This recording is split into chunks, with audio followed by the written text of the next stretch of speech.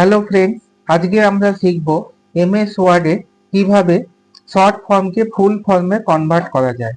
এর জন্য আমরা প্রথমে ফাইল মেনুতে যাব, এখান থেকে অপশনসে যাব। সেখানে গেলে একটি ডায়লগ বক্স পাবো। এখান থেকে আমরা প্রুফিং অপশনে যাব এবং সেখান থেকে অটো কারেক্ট অপশনে যাব। এই অটো কারেক্টে গেলে এখানে দেখুন একটি ডায়লগ বক্স এলো। এখান থেকে আমরা রিপ্লেস অপশনে যেটি লিখতে চাই অর্থাৎ শর্ট ফর্মটি, এবং ডান দিকে উইথে যেটি আমরা ফুল ফর্ম করতে চাই সেই ফুল ফর্মটি লিখব। যেমন এক্ষেত্রে লিখলাম আরআরবি রেলওয়ে রিক্রুটমেন্ট বোর্ড দিয়ে অ্যাড করলাম।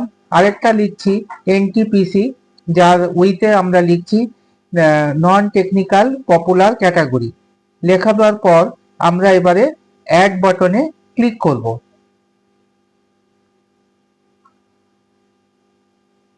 অ্যাড বাটনে ক্লিক করলাম। ক্লিক করবার পর এবারে আমরা ওকেতে ক্লিক করছি এবং এটাকে আরেকবার ওকেতে করছি। করার পর আমরা এমএস ওয়ার্ডে ফিরে এলাম। এবার দেখুন একটা আমরা টাইপিং করছি, যেমন ধরুন I have applied A vacancy বলে আমি শুধু ফুল ফর্মটি শর্ট ফর্মটি লিখছি। দেখুন অটোমেটিক ফুল ফর্মে চলে এলো।